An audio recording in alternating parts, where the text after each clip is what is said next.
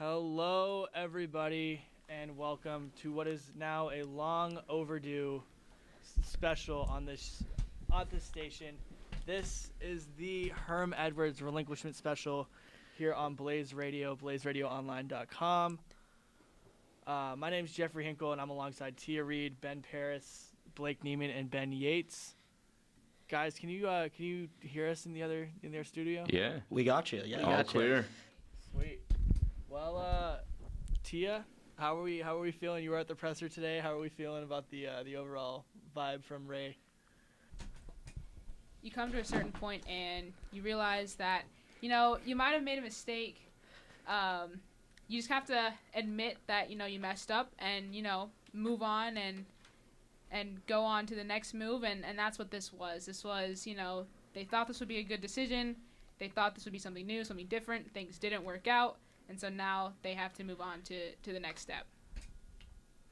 Guys in the other studio, any thoughts on what happened today? I mean, it's the nature of the business. It's a results-driven business. To be successful in sports, you have to win games, and you have to win the big ones and the small ones too. And Herm, at the end of it, I mean, we saw it last night, just wasn't able to get it done. You lost to a non-Power 5 team at home for the first time since 2008.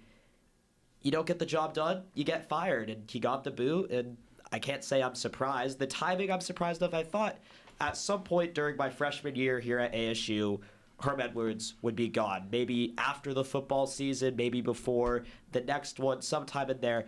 I didn't think it'd be after the third game of the season. The timing was a little bit surprising to me, but I'm not exactly surprised that it happened. See, I'd actually argue the difference. I think the timing was impeccable. I think if Ray let Herm coach the next game against Utah, I think there would have been riots on Mill Avenue. Oh yeah. I said this before the show too. It's like you lose to a non-Power 5 team as a Pac-12 team, and a team that Ray Anderson himself has said he doesn't want to be mediocre. If he didn't fire Herm before the next game, A, there would not be anybody in the stands and the football team would lose a lot of money, or B, there would be uproar in the streets of Tempe. Yeah, kind of just piggybacking off of your statement there, Jeffrey. I think the timing was also fitting in the sense that there was kind of this buildup with the NCAA ongoing investigations, although they've kind of been under the radar here when the ASU started the season, as was made evident in the press conference and not wanting to address it. And then just with ASU being the first Pac-12 team ever to lose to a MAC team, it just kind of all built up to there. And in the past two games that we've seen from Oklahoma State and against here in Eastern Michigan, and then even in NAU, Herm refused to get away from the run game, and third time he got a chance and he failed on that third opportunity, and that's kind of what culminated in his firing, I feel like. Benjamin Yates, anything? Oh yeah, I mean, what Ben Paris said, those small games are important, and if they become a loss, they then become the big games, because now everyone will talk about that, and like what you said, Jeffrey, it's you're going to be riots in the street if the big games come around and the guy that just lost you the small one is still there. And we see it all the time on social media and stuff when a team gets paid a lot of money to come somewhere, but then they win. ASU just became that. I mean, they just paid $1.5 million to lose to a MAC team. And it's embarrassing, and he deserved to be fired because that's throwing money basically down the toilet. Just like Texas A&M. I mean, yeah, there were Exactly a couple teams like from them. this past week that that had that happen. They paid the team a significant amount of money, and that team came in and got beat. But where I thought this timing of this was interesting, as you guys were talking about, I think this is the hardest part of their schedule that they're coming up on. I think that's like a pretty agreeable statement that, these next three games are going to be very, very difficult, and you are going to go into it with a completely new guy. You have to get your wits about you. It's going to be, a hard stretch, and I feel like, or I thought that, you let Herm ride that out, maybe even give him the chance to pull off the wild upset, or if you take three really bad losses, then you pull the plug. Because I think, or you do what they did, which was a mutual agreement for Herm to relinquish his duties, as Jeffrey mentioned in the open. But I think at that point, then once you've hit the bye week there, if you've taken 3 really bad losses, then you start to make moves and start to make decisions. But doing it now, where you're probably still going to lose all 3 of those games anyways, and now you have a new head coach or interim head coach who's his first task is going to be, all right, we want you to beat Utah. We want you to beat USC. We want you to beat Washington. Right. Like, that's a really hard position to be put into, and I don't think it's going to make the outlook any better based from what the fans and students are seeing, because it's still probably going to be 3 very, very tough games. Tough games. Tough for the Sun games. Devils. But here's another side to that story, right? You're always looking for ways to spin the public opinion, right? The public opinion, if Herm had lost 3 straight games to Utah, USC, and Washington, and then that 4th game to Eastern Michigan, if he would have lost 4 straight, then it would have been, why didn't we fire Herm sooner? If we can't win a game in an entire calendar month, why wasn't he gone sooner? But now the attention switches to Sean Aguano, who is a brand new head coach, like you said, and it could be spun as to, oh, he's a brand new head coach, give him some slack. So it's kind of like, it's not the team's fault. It's the brand new head coach's fault that we just lost these next 3 games. I want to agree with you there, Jeffrey, in the sense that I feel like it's more going to be of a dismissal of these next 3 games, in just the sense that Aguano is going to be getting used to telling the players and coaching up the players and adjusting the system towards his liking and trying to put the Sun Devils in a better position. And then also that might free up Emory Jones to do a little bit more things, and you never know. There might be an upset here and there, but regardless, I feel like even if they do lose these next 3 games, which they are expected to do, it's going to be more dismissive and less eruptive than if they kept Herm Edwards as the head coach. So let's talk about Sean Aguano for a minute. Sean Aguano is the new interim head coach, but he's been with the program for a while. He was the running backs coach before being, interimly promoted today. He's been with the program since January of 2019. Aguano has done great things for the running backs room. He had a good, stint as a high school coach for a long time. Him getting the call up to ASU was probably a move that he deserved. And as a running backs coach, he's brought in a lot of really, really good backs. He's pushed some to the NFL. He's got some great things going on back there. Now, what are we thinking of Sean Aguano being called up? Well, and we talked about this just a second ago, and I'm going to pose this question to Jeffrey because we were talking about it. Does it translate? Does what he did at Chandler High School and for Arizona high school football, does that translate to Power 5 football? Which, my opinion is no, because I think those are 2 wildly different speeds of games. They're almost, it's almost like a different sport when you break it down when you're coaching high school kids and college kids. I just don't know if it will translate and if he's going to end up getting the full-time job, after this interim era. Yeah, so Ben, I'm going to disagree with you there. I think that the high school game and the college game are so intertwined now that you need to be able to have knowledge of how to coach both, right? Because not only are you being the head coach of a mildly, dare I say, successful college football program in ASU, who went to a Rose Bowl in 1996 and are still trying to get back to that Rose Bowl since 1996. Not only are you becoming the head coach of that football program, but on top of that, you are now in charge of recruiting the next generation of ASU football. And Aguano has that knowledge of the high school player and what the high school player is looking for in a college, that he can meld and build this ASU program to fit incoming high school players that are looking for a home at the next level. That was Herm's biggest issue, was that he was running an offense that was literally built in the 80s. It was a run-first offense in a pass-first league. I mean, literally just look at the players that Iguano has had come in underneath him while he's been at ASU that I'm sure he's, him being there had a hand in bringing in.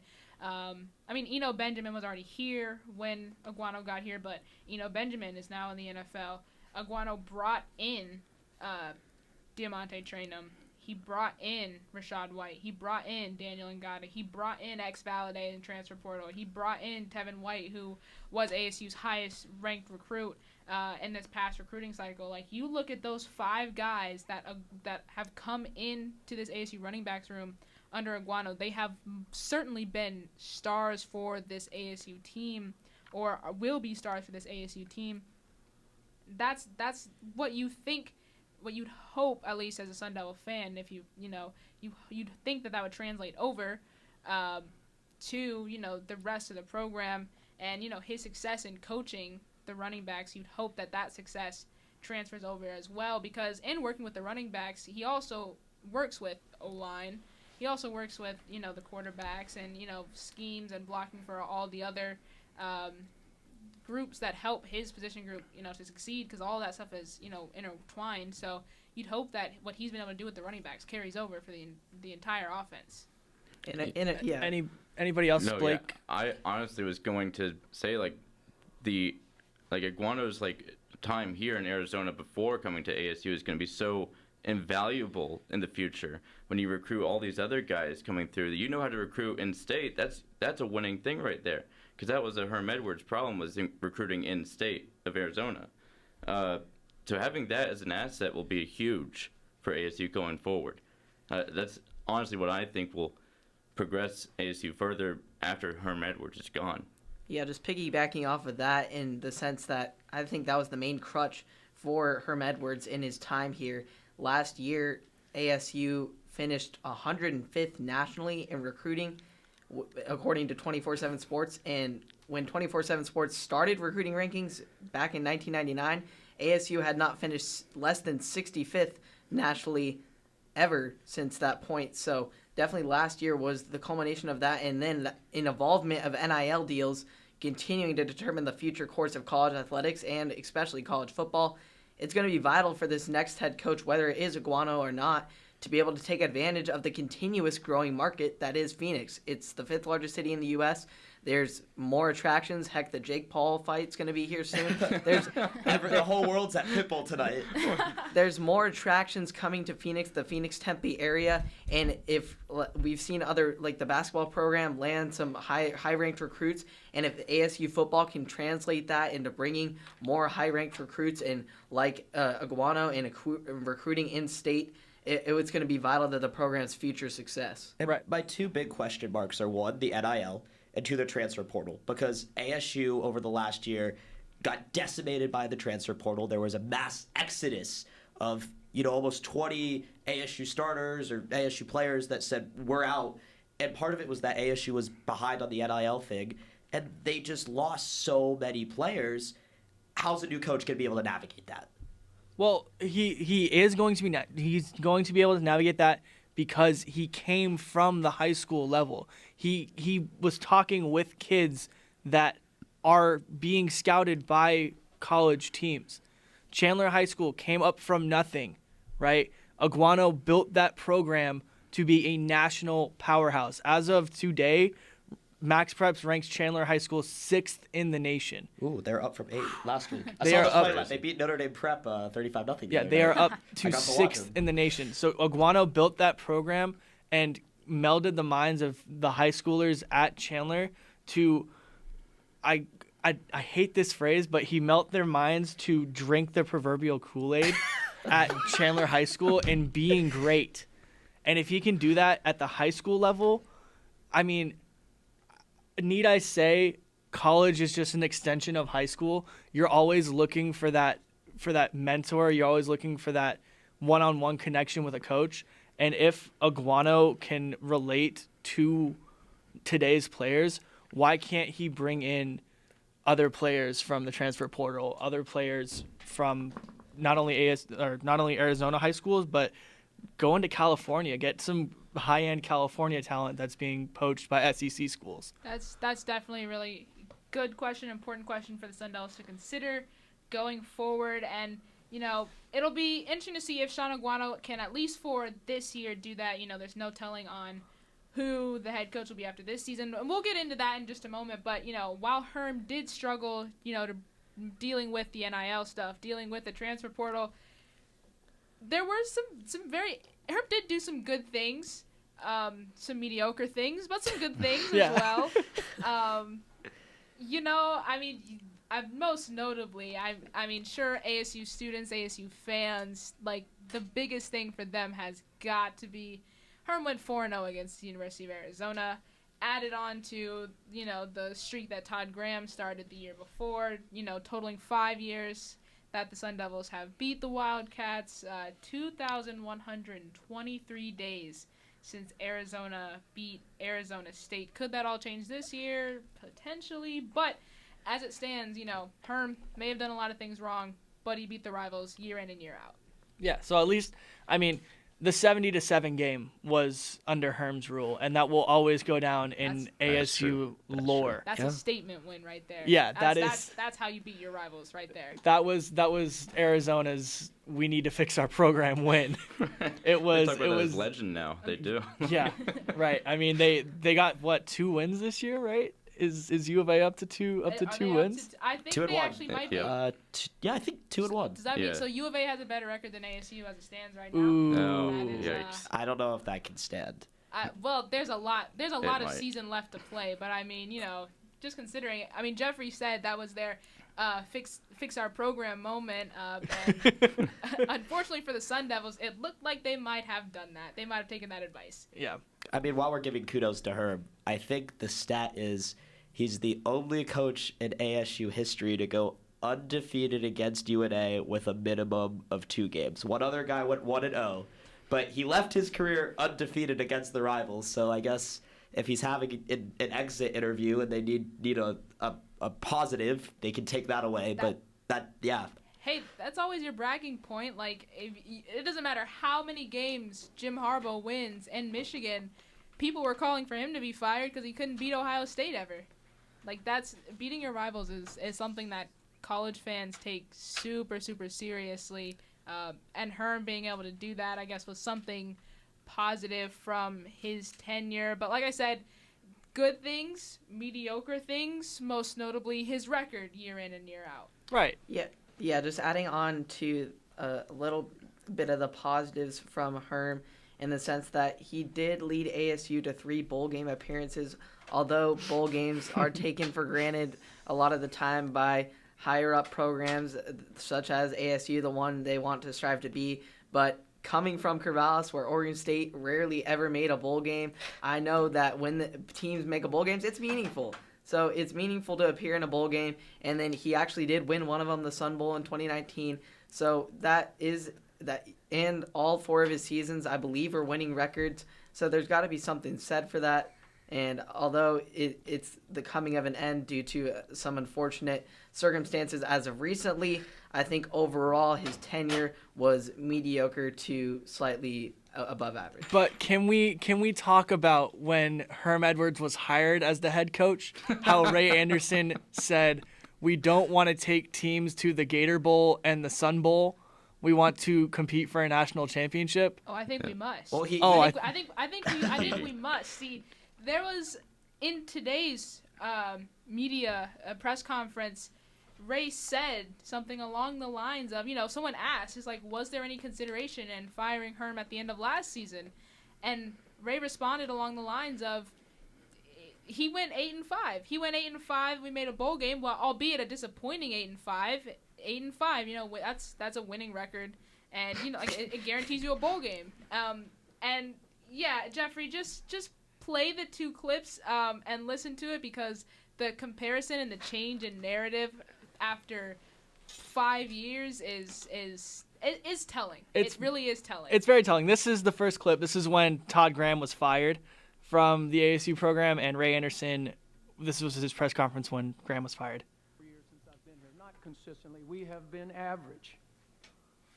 7-5 in second place in a riddled Pac-12 South is not our aspiration.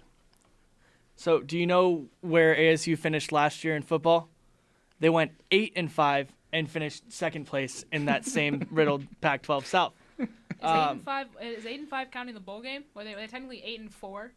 Maybe. I think that's how that shapes out. But I mean, 8-5 is still your end. Right. Still your end game. So now we listen to the the one from today's press conference. Let me see. Let me see if I can transfer this little cord over to your computer, Tia. Sorry, I don't have it on me. Oh, just kidding. It's on my computer. I just wasn't looking at the right portion. Technical difficulties, everybody. Technical difficulties in the Blaze studio. It's always a fun time. Okay. Nothing like it. I didn't think I'd be spending my Sunday night like this. I didn't think I'd be spending my Sunday like this. Hey, I mean, like the pro games today were electric. I mean, a lot of teams came back in the fourth quarter. Cardinals. I mean, all the memes are about Cliff Kingsbury possibly being in the running for next year's job at ASU. Oh boy. No, but today was a very interesting day. The timeline of today, I woke up this morning, was getting feedback on my story from the game last night that I wrote, getting that one up, and then all of a sudden, I feel like I'm getting sent out to Tempe again and said to cover, the end of Herm's time at ASU. Instead of spending a Sunday catching up on homework, watching football, it was ASU football. Hey, but you can't complain. ASU football, it keeps you busy, keeps you interested. That is for sure. Unfortunately, still can't get that video. That the video's being kind of wonky for us, but it is what it is. We're gonna wait a little bit. We're still gonna stall a little bit for More the video. technical difficulties. More technical we difficulties. got an hour. So, I mean, if we're talking about it, I think the way that this came out right around 3 o'clock, right?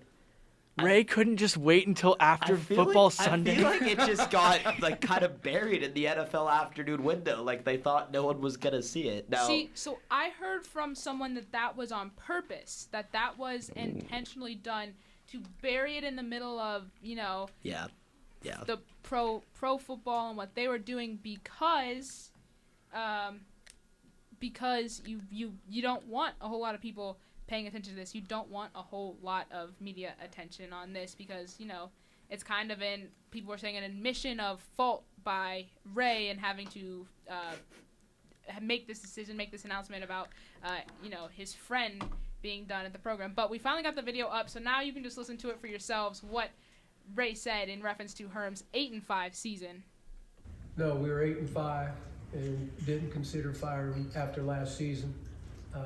There were a lot of clubs in the country that wish they'd had 8 wins, notwithstanding the fact that it was a disappointing 8-5. It was still 8-5, and we had a lot of faith and confidence that with the right coaching staff and with some of the folks that we were anticipating bringing in, we would have an opportunity to really bounce back. So, 5 years ago, 7-4 was a bad thing, and just today at about 3:30, it was a good thing, and we made a bowl game. Woohoo! Poetry in motion. We made the Holiday Bowl. Now, here's the one interesting thing about that. Obviously, the irony of it is very interesting, but Ray did say that with some of the people that they were expecting to have back, that, they thought they could have the potential outcome, which moves us kind of back around into what we mentioned a little bit earlier about Herm not being able to use the transfer portal, Aguano potentially being able to capitalize on the transfer portal, and whoever the future head coach is, them for sure being able to, use the transfer portal to their advantage.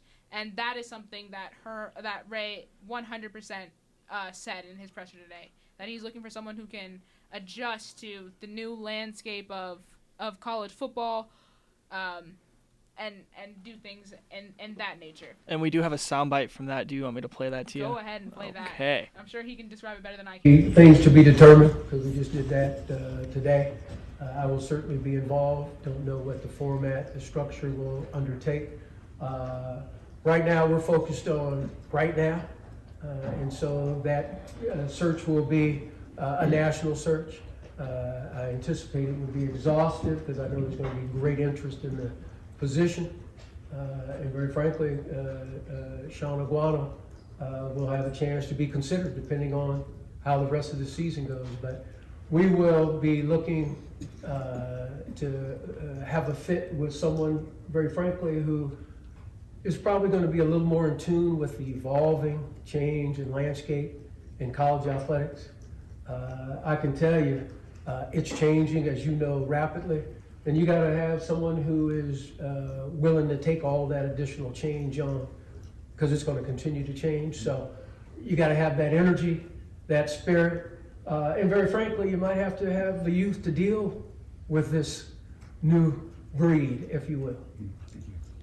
I just wanted to jump in real quick before we get into that. Just a question came to my mind in the sense that in relating to the NCAA investigation, coming off of that recruitment topic, how if in whatever comes out of this investigation and how it comes out, most of the coaching staff has been departed now, and what do we think is the result of the investigation will affect future recruits and transfers in wanting to come to ASU? I mean, that still reflects poorly on the program, and they did it while they were members of ASU's coaching staff, so I think there's still some implication on the university, but that question of, you know, what's still up in the air with the NCAA investigation definitely still plays into the head coaching job, because you hear Ray mention it, you know, a lot of people are interested in this job. Oh, this is a coveted job. We expect people to be interested in this job. Well, with something like potential punishment for NCAA investigation, you know, things that could be drastic changes, drastic punishments, is there really interest in this job, or is this Ray kind of feigning and putting on a front for media? I think the new coach, dare I say, needs to be someone who can relate to the youths. And we talked about that a second with the high school football thing, and I think spot on with what Jeffrey said.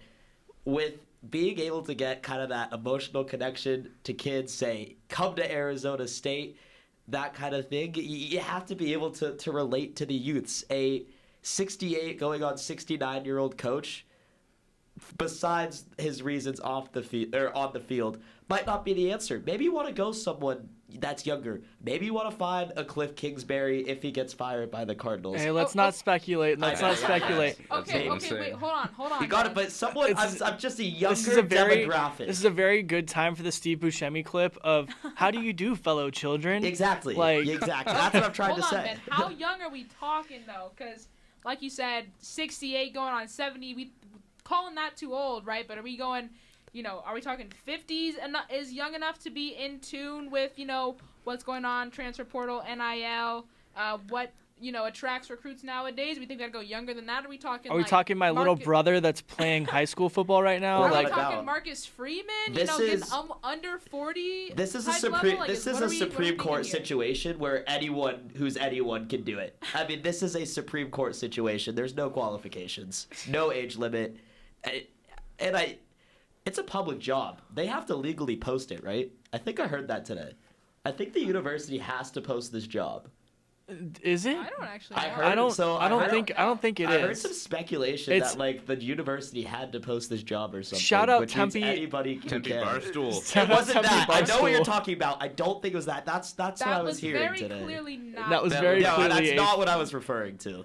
I actually don't know the optics on that, if they legally have to post it, because like you said, ASU, they are a public university run by, you know, the Arizona state government. Like, do they have to? No idea. But I mean, like, once again, like, time and time again, I'm gonna reference, you heard it in that video of Ray, they're looking to expand this to a national search. They want all hands on deck and finding someone. And while they may not have figured out exactly what the process is going to be, they're going to go through all of their options, which could include Aguano. And, I mean, that's obviously going to play into, you know, how well he does in the rest of the season. Like we were talking about earlier, those 3 tough games coming up are going to be hard. How will Aguano fare in those 3 games? But in terms of looking for this next head coach, the main things that were said were younger, more energetic, able to manage NIL and able to manage the transfer portal. Those were kind of the big points that Reid touched on and what they're looking for. And like I said, bringing it back around to just, do you think it'll be possible for them to find someone who fits all the qualities that they're looking for and who's showing as much interest? Will there be enough people to choose from with the looming punishment from the NCAA investigation? So one name comes to mind, and it's somebody that has a lot of experience in college football and a lot of experience in playing in successful college football. Is he about Don't to say say what I it. think Don't I'm say gonna it. say? Don't say it. I know he's gonna I'm about to say say it. Don't And say- he spent a lot of time in college nightclubs, so he's No. very relatable He knows the kids. to college The nightlife. to college students. That Tempe nightlife. I mean, he's without a job right now, but there have been Rightfully so. rumors. Hey, he's on Fox Sports. He's on Fox Sports, and there have been rumors that he's going to stay at Fox Sports, but I don't want to say his name on Blaze Radio. Rumors aren't good enough for me, Jeffrey. I need the whole scoop.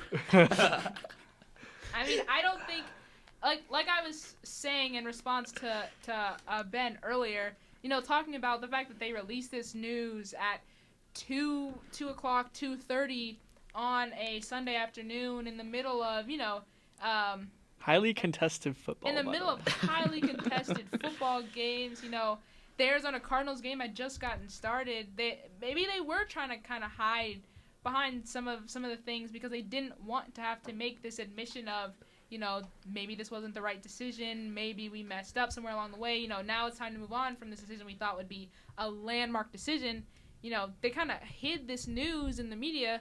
Why would they make that effort and then turn around and do something by hiring he who shall not be named? Yeah. Whose, last couple of stints when he was at Ohio State, when he was at Jacksonville, they didn't end well. No. And it wasn't because of on-field performance. Well, Jacksonville might have been a little bit. Yeah. But it was On because of practice what, field performance. he was doing To the students. He's like, as far as what would be beneficial to the students, I think that would create more hate, more boos, more negative press and media around ASU, and seemingly, obviously, that's not what Ray Anderson and Michael Crow want. So why would you turn around and make that decision? That just doesn't make any sense. So I've heard the name floated around plenty, but it logically just does not make any sense of why that would be their next move. For real. I agree in the sense that Urban Meyer, You just had to say it. The cat is out of the bag. It was the elephant in the room. I'm sorry. It's The like elephant in two rooms. It's like saying Voldemort out loud. This is why we banished you to the other studio. I apologize Freshman. after the fact. But anyway, He doesn't apologize. too late.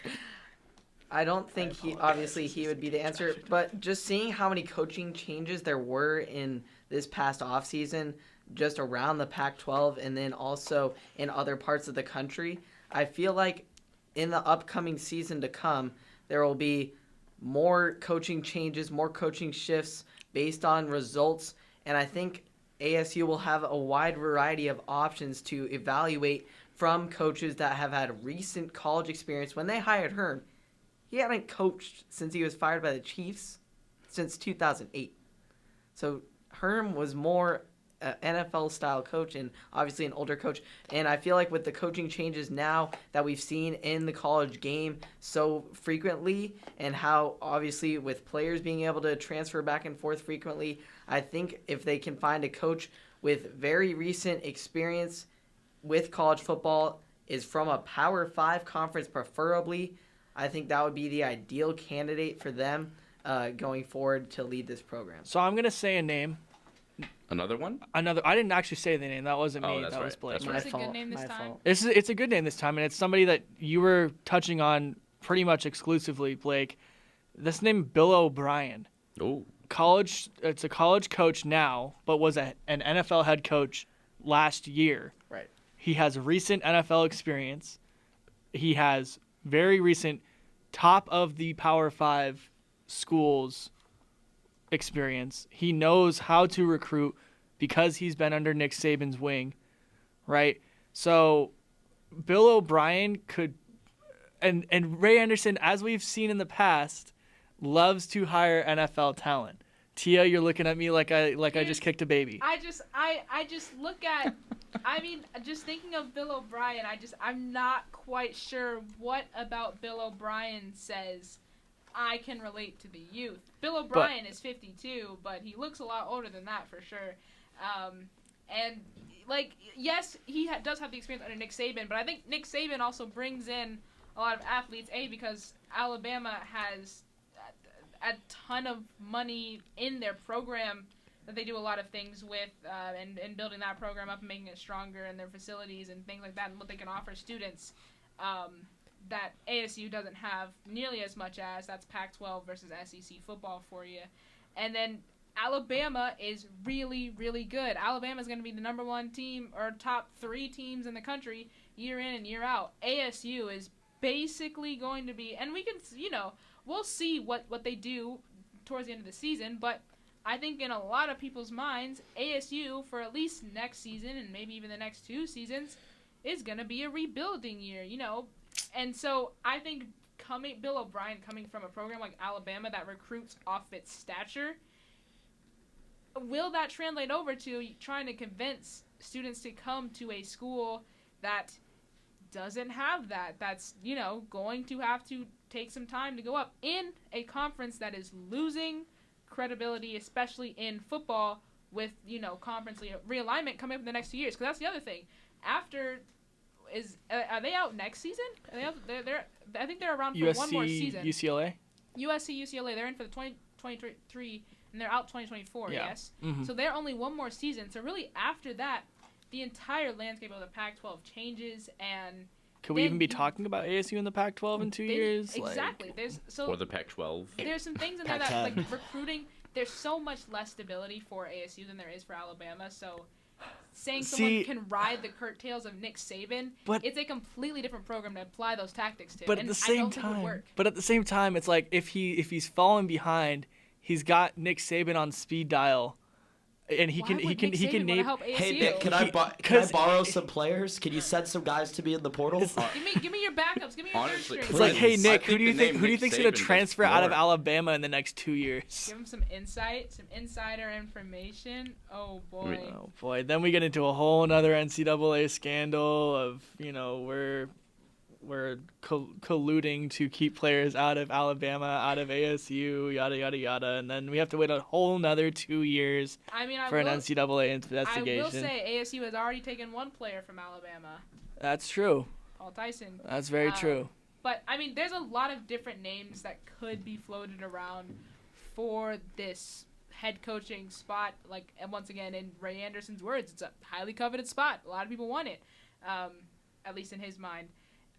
And I mean, I'm interested. I really am interested to see what Sean Aguano does, and seeing if he can do something really good for this team this year and actually have a shot at keeping that spot, and how he looks as the head coach and what changes under him. Like, can he get that same magic in the bottle, like, feeling that he got at Chandler High School? Can he get the Sun Devils to drink the proverbial Kool-Aid? I will say that statement again.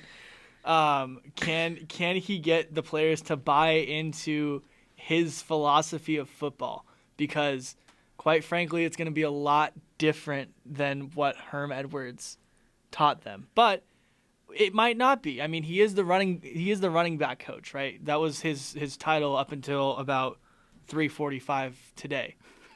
Yeah. So here's the next statement for discussion. Is the play calling going to change very much? Because Herm's offense was very run heavy. It was very, we're going to shove the ball down your throat, and then we're going to air out once or twice in a game. But is that play calling going to change under Aguano? Yes. Why do you say that? Because we were in the student section just a few nights ago, I think. You could hear all the students saying, like, this is what the next call is going to be. This is what the next call might be from Herm. And it happened in front of us. And that was like a predictable behavior that went on and off with Herm every other game. You could predict what happened in the first, like at the first down and the second down, see what happens at the third, and then we kick it at the fourth.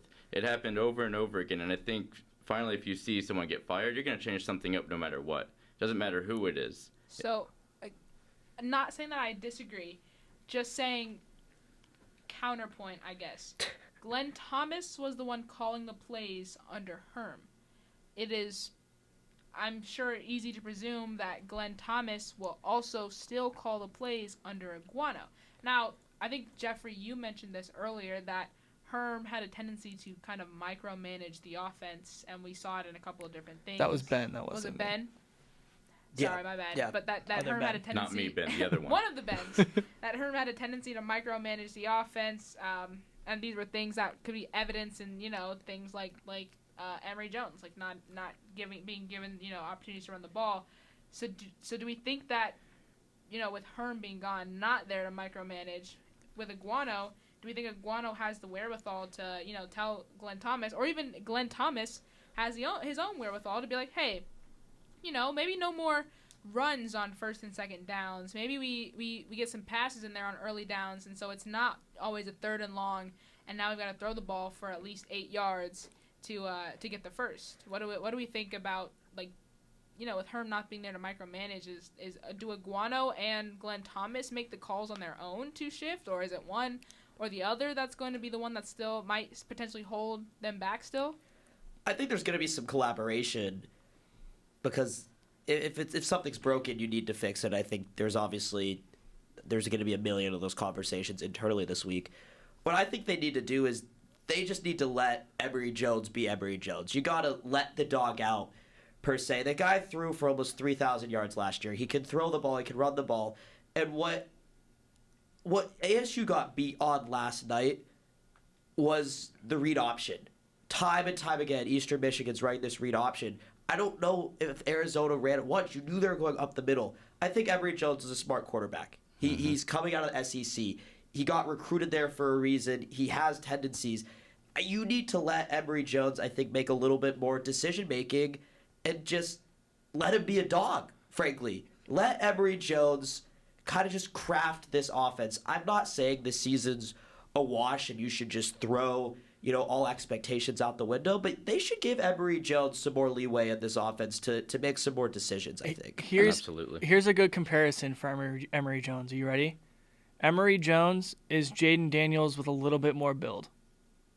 The Sun Devils replaced Jaden Daniels with a Jaden Daniels that's about 2 inches taller and about 20 pounds heavier. And that makes a difference. So he got replaced with the SEC version of himself. I think the difference is, and then he went And to then the Jaden SEC. Daniels went to the SEC. I think they have different tendencies, though. I think the biggest frustration with Daniels last year was he wouldn't even go through his progressions before he was taken off out of the pocket. And, you could have a receiver wide open down the field, and he would never know because he was already across the line of scrimmage. Now, Emory Jones, they haven't had him drop back for nearly as many plays as Daniels did, but he's stuck around in the pocket a little bit longer. Granted, it's resulted in some not great things happening, a couple of different sacks, It's resulted in him having to scramble out of the pocket and look like a mobile quarterback like Jaden Daniels. So he hasn't done it that often, though. I feel like he really hasn't. They really haven't put him since week 1. He has not gone out of the pocket a whole lot. Definitely not on design plays, and I feel like a less frequency in dropbacks. I want to come back to a point that Ben made, in the sense that Emory Jones threw for 3,000 yards all of last season. He's only thrown for 375 total yards on the season thus far. Yep. And has yet to attempt more than 45 passes in a game. And he can do that in one game. He could totally do that in one game if he's not micromanaged. We've seen him do it in the SEC. We've seen him do it in that Florida offense. And I feel like there's got to be a stronger pass game, especially when you're playing in a competitive Pac-12 with high-tempo offenses. And that's a huge thing. I think ASU needs to up their tempo a little bit, in the sense that we've seen 2 teams come at ASU, the ASU defense, and derail them, and maybe ASU needs to take some pointers, and obviously their defense needs to get better at keeping up with that tempo, but I think the ASU offense needs to be like, hey, maybe being a little bit quicker, running some 2-minute offense every once in a while might be a good thing.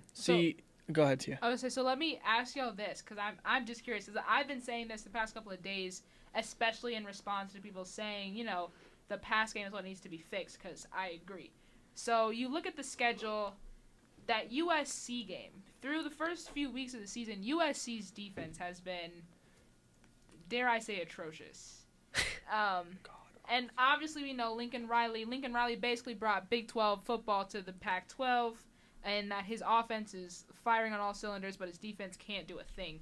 Do we think that USC game, is that an opportunity for Emory Jones and company to really show what they've got? Granted, do I think they'll probably lose that game? Yes. Do I think that the defense won't be able to hold water in that game? Yes. But is that a chance for the offense to maybe get going, maybe see if they can put some drives together, maybe see if they can put some points, and Emory Jones can show out and show why it mattered that they brought him in and why he's the starter over Trenton Bourguet and Paul Tyson. I don't know if there's actually an issue with the pass game. I think the issue is the play calling of the pass game. I think we saw last night that ASU receivers could get open deep and that Emory Jones could get the ball there, and that the receivers, there was a few dropped balls last night. Absolutely. But on paper and formation-wise and what we've seen downfield, the pass game, it's there. It just seems like the play callers have been scared to use it. I think as soon as we they unleash those the pass game more, they'll have a chance in those games like USC because they have something that works. The run game, hit or miss. We've seen it work. We've seen it not work. But the pass game's there. You just have to use it. So, Yeah. Blake, I'm going to go back to your point about Emory Jones throwing for 3,000 yards in the SEC. The caliber of talent that you have at wide receiver is a lot different in the SEC than in the Pac-12. Agreed. Like Ben just said, there were a lot of dropped passes on Saturday night. At least 2 touchdowns. At least 2 plays that should have been There were touchdowns. At Yeah. least, right? Mm-hmm. So if Emory Jones doesn't throw for 3,000 yards in the Pac-12, it more than likely won't be his fault. It will more than likely be the fault of the wide receivers that don't catch easy passes. But I don't think anyone's asking for Emory Jones or even expecting for him to throw for 3,000 yards. I think it's like what Ben just said. The playbook, like the play calling, they're not giving him the opportunity to do it. And on the few opportunities that they do, it's the ball's hitting the ground, not necessarily to the fault of Emory Jones. It's what I'm saying in that USC game, because everyone thought it would happen in the Oklahoma State game. Take advantage of a young secondary that doesn't really have much experience on the field and has shown to have vulnerabilities, and they didn't. So now, looking at the schedule ahead, you have USC, who doesn't have a good defense.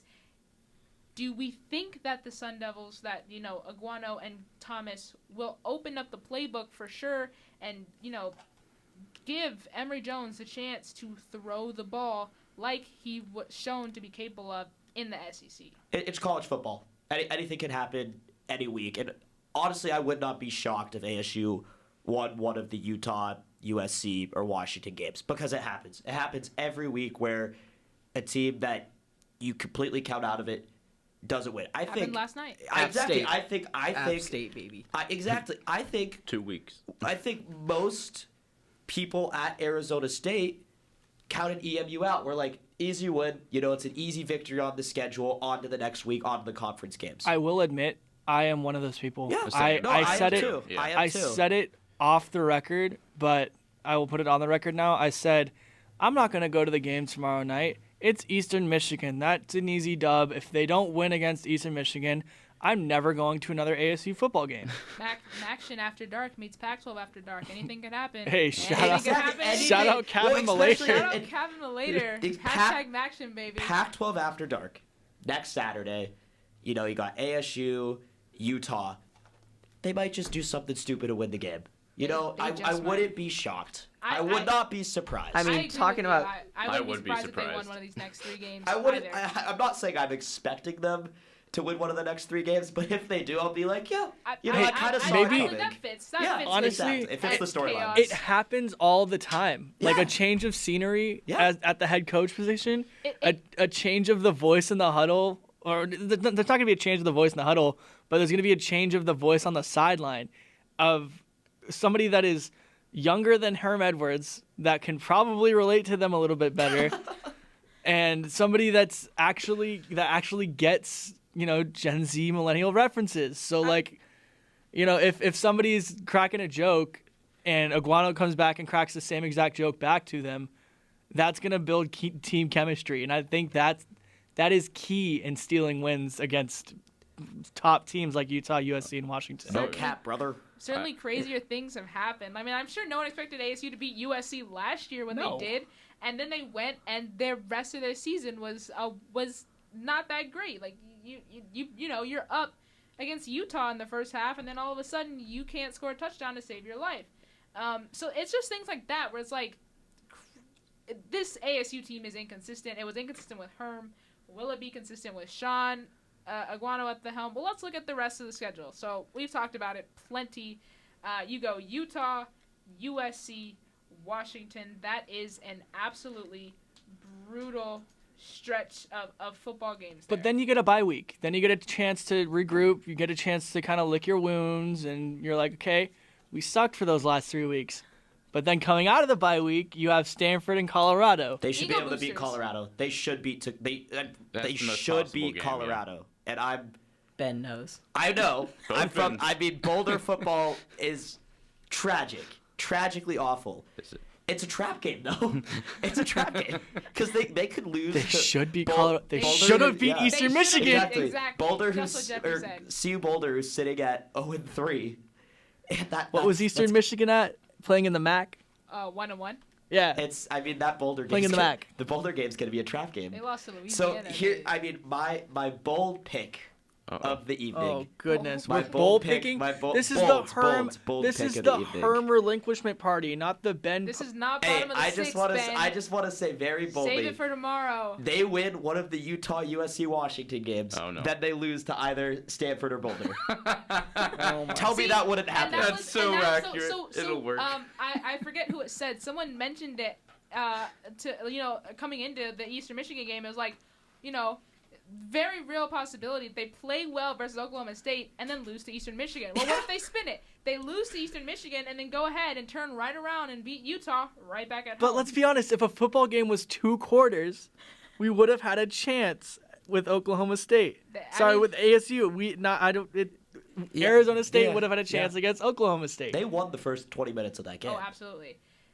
But like following Stanford and Colorado, which Colorado certainly, from this perspective, looks like an ego booster type of game, a confidence, basically Well, NAU Part 2, if you- except in the well, Power 5. If you lose, that's demoralizing because they are ranked the worst Power 5 football team in the country. If you lose, I think you might have to find a new interim head That's coach. You might just have to. Demoralizing. You might just have to Another fold. one? You might just have to cut Demoralizing. the At that point, football you might program. have to end the season. Just but cut to- following that, Two you in have 1 UCLA, Washington State, Oregon State, and then you finish it off Thanksgiving weekend with U of A. Do you continue the 5-game streak?